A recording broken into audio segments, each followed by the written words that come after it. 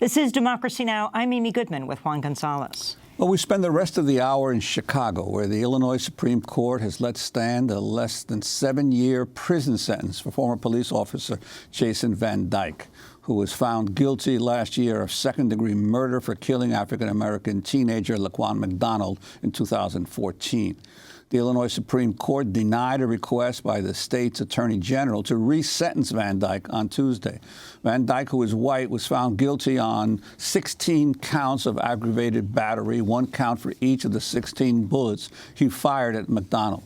Illinois Attorney General Kwame Raoul petitioned the state Supreme Court to vacate Van Dyke's second-degree murder sentence and instead impose a sentence on each of the 16 counts. If the petition had been granted, Van Dyke could have faced up to 96 years in prison. The news that Van Dyke will not be resentenced has sparked criticism throughout Chicago. The city's mayoral candidates, who are both African-American women, have spoken out against the decision. Lori Lightfoot, the frontrunner in the race, tweeted, quote, "Today's ruling is the latest disappointment in the Jason Van Dyke sentencing and a sad reminder of the work we must do to create a system that is free of institutional racism and truly holds police accountable for their misconduct, including criminal acts. We cannot build trust between police and the communities they serve if officers who commit crimes are not held to the same standards as others." Lightfoot and her opponent, Cook County Board President Tony Preckwinkle, both have vowed to reform Chicago's police department. Van Dyke is the first Chicago police officer to be sentenced for an on-duty shooting in half a century. The decision is the latest in the struggle by activists, lawyers, journalists to hold the Chicago Police Department accountable for its long history of violence against the city's citizens, particularly African-American men. Much of that history is chronicled in a new book by a leading Chicago lawyer fighting police torture.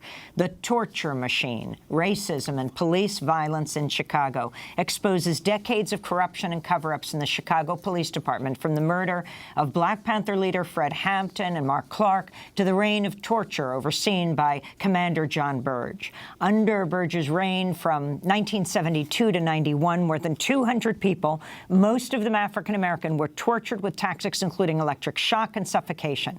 We're joined now by the book's author, Flint Taylor, an attorney with People's Law Office, who's represented survivors of police torture in Chicago for more than 25 years. Flint, welcome back to Democracy Now! Why did you name your book The Torture Machine? Well, thank you, Amy and Juan. It's a pleasure to be back with you. I named it The Torture Machine for 2 different but related reasons. First of all, is rather obvious on the cover, the torture machine. That was the electric shock box that the notorious Commander Jon Burge and his men used on many African-American suspects over that 20-year period that you just mentioned. But also, the torture machine refers to Chicago's machine, the notorious political machine, often known as the Daley machine, and the Democratic machine here in the city, which not only countenanced this torture, covered it up, but also was involved at the highest levels of the police department, and yes, the state's attorney's office when Richard M. Daley was the state's attorney of Cook County, were involved in this conspiracy, this scandal that has gone on for so many decades in this city. Well, Flint, I want to first congratulate you on the book. It is really a riveting account. It's almost a forensic analysis of decades of collusion between judges, politicians, prosecutors, and the police to basically engage in systemic human rights violations. But you start the book with an incident that for many young people today is not even part of history, but it's not often covered history. And you make the statement that the killing of Fred Hampton and Mark Clark really was a seminal moment in the development of Chicago, in the modern history of Chicago. And I'm wondering if you could first give us a sense of why you believe that's so, and then we're going to do a clip of a documentary from the Weather Underground about the house where Fred Hampton was killed. Yes, on December 4th, 1969, 14 Chicago police officers working under the control of the state's attorney of Cook County at that time, Edward Hanrahan, raided a West Side apartment where Black Panthers were sleeping. And one of those Black Panthers was the chairman of the Black Panther Party, Fred Hampton, a charismatic young leader who was targeted not only by the police but by, it turns out, the FBI. And that raid, which was covered up, was claimed to be at first a shootout, was later shown to be a total shoot-in.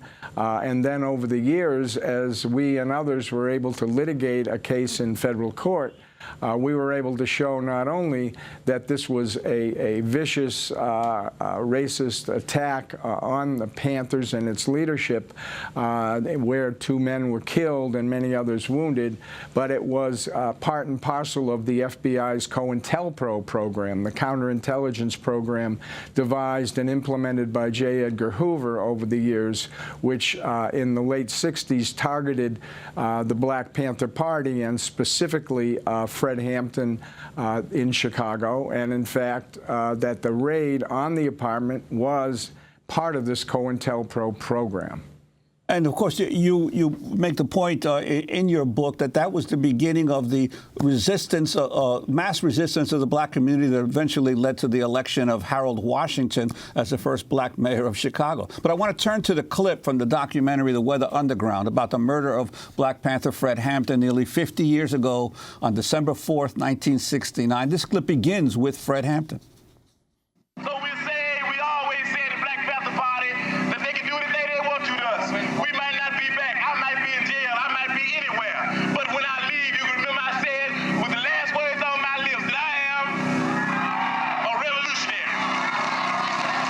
In Chicago today, 2 Black Panthers were killed as police raided a Panther stronghold. Police arrived at Fred Hampton's West Side apartment at 4:45 this morning. They had a search warrant authorizing them to look for illegal weapons. The state's attorney's office says that Hampton and another man were killed in the 15-minute gun battle which followed. The pigs murdered Deputy Chairman Fred Hampton while he lay in bed. Their lives, their arguing to the people can't bear up to the evidence that we have that they murdered our Deputy Chairman in cold blood as he lay in his bed asleep. The Panther Party organized tours of the apartment that they were in when they were murdered. And I went with a group of people from the SDS National Office, which is a couple of blocks away. Don't touch nothing, don't move nothing, because we want to keep everything just the way it is. It was a scene of carnage. It was a scene of war. You see this door ridden with bullets, not little bullet holes, but shattered. The room where first Brother Mark Clark was murdered at. You walk through a living room into the bedroom, and there's a mattress soaked in his blood, red blood down the floor. Anyone who went through that apartment and examined the evidence that was remaining there could come to only one conclusion, and that is that Fred Hampton, 21 years old and a member of a militant, well-known militant group, was murdered in his bed, probably as he lay asleep. This blatant act of legitimatized murder strips all credibility from law enforcement. In the context of other acts against militant blacks in recent months, it suggests an official policy of systematic repression. That was from the documentary The Weather Underground, directed by Sam Green and Bill Siegel. So, Flint, the reality was, as you document in your book, that this was actually a direct assassination, and that there was a long struggle on your part to. Because you were there, you were able to get to the house the very day that Hampton was killed. Could you talk about this conspiracy to kill one of the rising radical leaders of the Black community? Well, we see now, and it was uncovered during our trial in the 70s, that the COINTELPRO program targeted Black liberation organizations and leaders. And they specifically named targets Dr. King, Stokely Carmichael, Rap Brown, Elijah Muhammad, and pointed to Malcolm X as well. And as the Panthers rose and became powerful, first in Oakland and later in Chicago, as you can see from the clip, what a charismatic young leader at 21 Fred Hampton was. Hoover and his people focused on the Black Panther Party, and specifically in Chicago on Fred Hampton.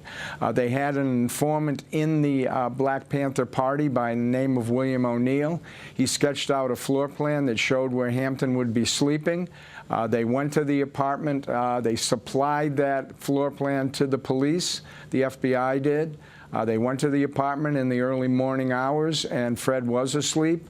It appeared that he had been drugged by O'Neill or some other agent, and he was murdered in his bed. Over the years, we uncovered documents that showed this floor plan. That was all covered up as well.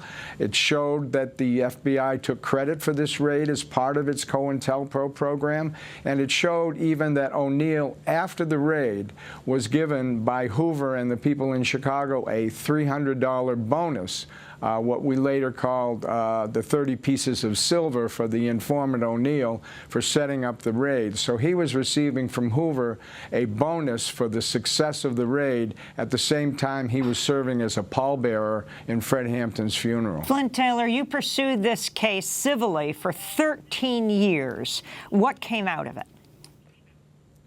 Well, a lot of what I've just mentioned came out of it. The narrative shifted over the years thanks to the community, thanks to the Panthers, and thanks to the lawsuit that we filed. And as you could hear from the clip, the position that the police took, and they thought they were going to get away with scot-free, was that this was a shootout, that these were vicious Black Panthers, all of that. Well, because we and the Panthers went to that apartment, we were able to show that it was a shoot-in. We were able to change the narrative to the fact that it was an unjustified and violent shoot-in by the police. But over the years, as we were able to join the FBI in the case, we were able to uncover these FBI documents that showed that, yes, it was not just a murder, it was not just a shoot-in, but it was an assassination. It was a political assassination straight from Washington and the FBI. And Flint, very shortly after the murder of Fred Hampton, you got involved in another case of the Wilson brothers, and which began the uncovering of the Jon Burge scandal that, again, would take you decades, really, to finally get some measure of justice. Could you talk about that, the Wilson case? Yes, the Wilson case arose in February of 1982. 2 white police officers were shot and killed. The 2 black perpetrators had escaped, and the city of Chicago, under Jane Byrne and Police Superintendent Brezek, set out on the most vicious and terroristic manhunt in the history of the city. They terrorized the black community. They kicked in doors. They dragged people out of their houses. If they thought that they had some information about the killings, they tortured them. They tortured them with suffocation. They tortured them with all kinds of medieval types of torture. They finally found the 2 people who the eyewitness identified as the persons who were involved in the crime. And the person who was identified as the shooter was Andrew Wilson. Andrew Wilson was taken back to the police headquarters on the south side of Chicago, and this notorious commander, who at that time was a lieutenant in charge of the manhunt by the name of Jon Burge, led a torture of Andrew Wilson that included electric shock with the torture machine that is mentioned and depicted in my book, and suffocation with a bag. They handcuffed him across an old ribbed steam radiator and electric shocked him so that he was burned across his chest. And they also burned him with cigarettes, beat him, and got a confession from him. And the street This came out at that time, but nobody really cared. The state's attorney of Cook County, Richard Daley, was informed specifically by a doctor and the police superintendent about this torture, and he chose to do nothing about it. Because he did nothing about it, Burge was able to, in the next 10 years, torture another 75 individuals, all African-American men. And a few years after that, Andrew Wilson, who had been sentenced to death, filed a pro se complaint in federal court challenging his torture and suing Burge. That's how we got involved. During his trial, an anonymous police source, who we later dubbed as Deep Badge, started to give me information that laid out exactly the map of what had happened, the systemic nature of the torture, the fact that Daley and his surrogates were involved, that the police superintendent, that the mayor were all involved. And we followed that map basically for the next 20, 30 years, even as we sit here today, to uncover evidence that supported the idea that this was systemic torture. This was something that sent people to death row. This was something that convicted innocent people. And ultimately, all of this led to Burge's firing. It led to, many, many years later, his conviction for obstruction of justice for lying about the torture. And of course, it led to the remarkable reparations that the city of Chicago granted to the survivors of police torture and their families here a couple of years ago.